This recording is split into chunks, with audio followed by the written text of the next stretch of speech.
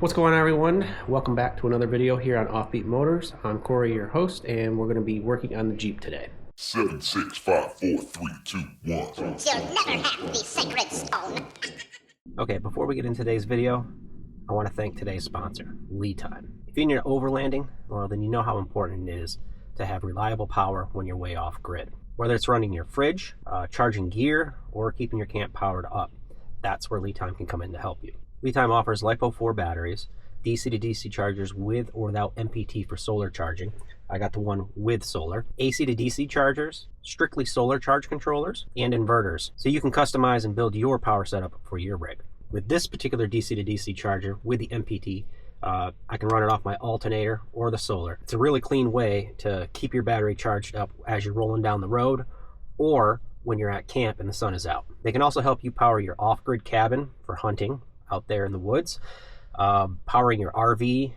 They have marine applications for boats, and they can help you with your golf cart to keep it powered so you can keep strolling around your subdivision. Right now, LiTime is offering their spring sale, which is going to run until March 31st, 2026. So as of this video, it's going on. And they have this spin to win deal where you can get discounts off of products, or you can even win accessories. If you don't use the spin to win offer for a discount, then you can still use my discount code OFMO8 to get 8% off of your purchase at checkout. Also, if you are a LiTime VIP member, then you'll get double points towards all your purchases during the sale. So if you're building or upgrading your off-grid system, or designing and building something like I did here in my Jeep, check out LiTime. Down in the description, there'll be a link to their website. So big thanks to LiTime for sponsoring today's video. Let's get into it. Okay, so we got all these parts laid out. What we're going to be building today, or well, not building, but putting together, is a cargo roof rack, which is going to go on the Jeep, right above the back doors. And the reason we have that is because we have a solar panel that's going to mount on this rack for what we're building inside the Jeep. So we got to get this put together, get it up there, and then we can get the solar panel put on. I'm not sure if I'm going to get that put on today because I got to get some hardware still, but I would at least want to get this put together and onto the vehicle. So let's get going on this. So like any project, it's always important to lay everything out, go through the instructions, and make sure you have everything before you start. Count all the nuts and bolts and everything else. Everything is here. I got the tools out that I need, so I don't have to go looking for them in the middle of everything. So it should be relatively simple to put this all together. All right, so this isn't going to be a step-by-step on how to put every single nut and bolt in. I'm just going to go ahead and do it, and it'll be sped up, so I'm not going to bore you with that, because I know what you want to see is what it looks like on the vehicle. So we're just going to basically put it in fast forward mode, throw some music up, and let's get going on this.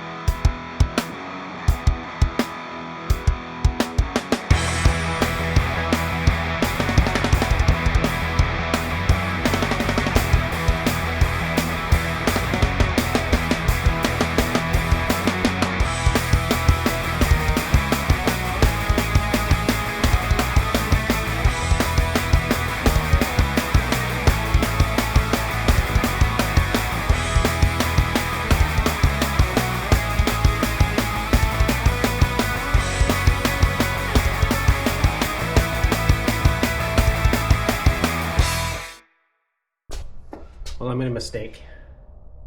The bolt's in through the feet the wrong way, so now I can't get to them to tighten them. Should have paid a little closer attention to the instructions, so now I can take it back off, redo it, and then put it back on. So you don't make the same mistake I did. I put this is upside down, by the way. So we got the feet on. I put the bolts straight down through, so this would basically become from the bottom up. And I put the nut plate right there. That's got to go here, and the bolt's got to come from this way. So when you put it on the truck, you can get to those bolts and tighten them. That's how it's supposed to look. So I just got to switch these other three around, and I'll put it back on the truck.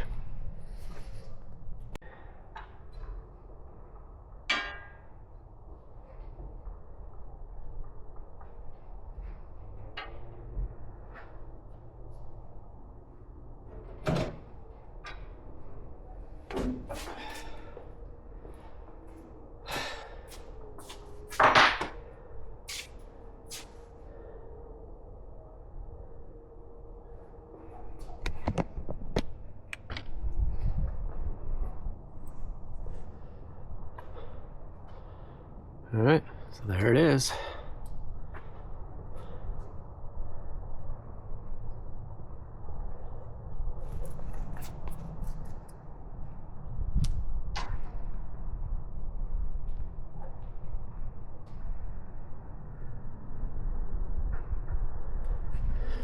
And with that roof rack, you're still supposed to be able to take off the freedom panels. I'll figure that out if that's actually true or not in due time.